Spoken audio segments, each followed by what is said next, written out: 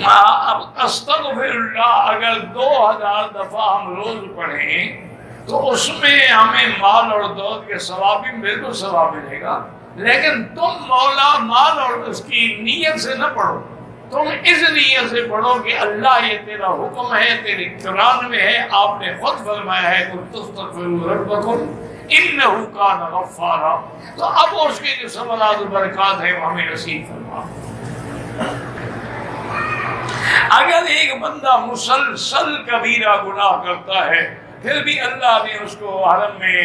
آنے کی اجازت دی ہے اور توبہ کی نیت بھی ہو، بالکل 1000 کروڑوں گناہ بھی ہوں، توبہ کرو سب مٹ جاتے ہیں۔ التائب من الذنب کمن لا ذنب لہ، توبہ کرنے والے کے گناہ کو مٹا دیا جاتا ہے، وہ ایسے ہو جاتے ہیں جیسے اس نے کبھی یہ گناہ کیا ہی نہیں تھا۔ بالکل توبہ کریں، ضرور کریں، اور اللہ کو یاد رکھو توبہ کرنے والے بڑے پسند ہیں، اس لیے قرآن میں ہے نا ان اللہ یحب التوابین، اللہ توبہ کرنے والوں کو محبوب رکھتے ہیں۔ اچھا توابین یعنی کثرت سے توبہ کرنے والے، مانا بار بار گناہ بھی کر رہا ہے توبہ بھی کر رہا ہے، لیکن آپ پکی کریں، لیکن توبہ کرنے سے گناہ مٹ جاتے ہیں، دھل جاتے ہیں، ختم ہو جاتے ہیں۔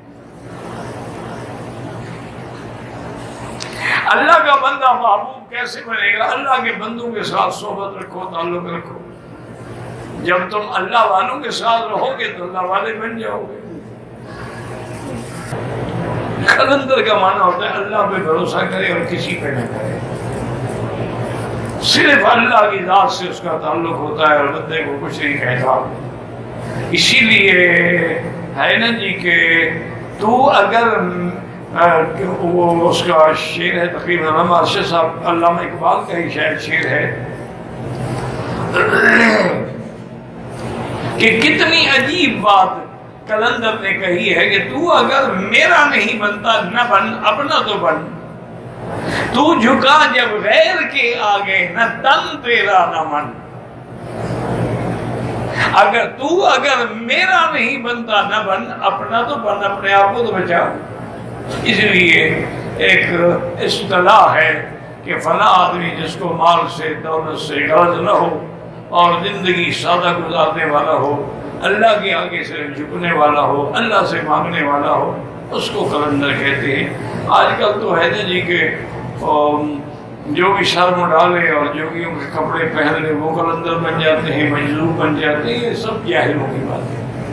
وہ تو ہوتے ہی ایسے ہیں کہ سب کچھ ہونے کے باوجود ان کو کسی چیز کی غرض نہیں ہوتی۔ ہاں اس کے پہلے شعر میں یاد نہیں آ رہا تھا، پانی پانی کر گئی مجھ کو قلندر کی یہ بات، تو اگر میرا نہیں بنتا نہ بن، اپنا تو بن۔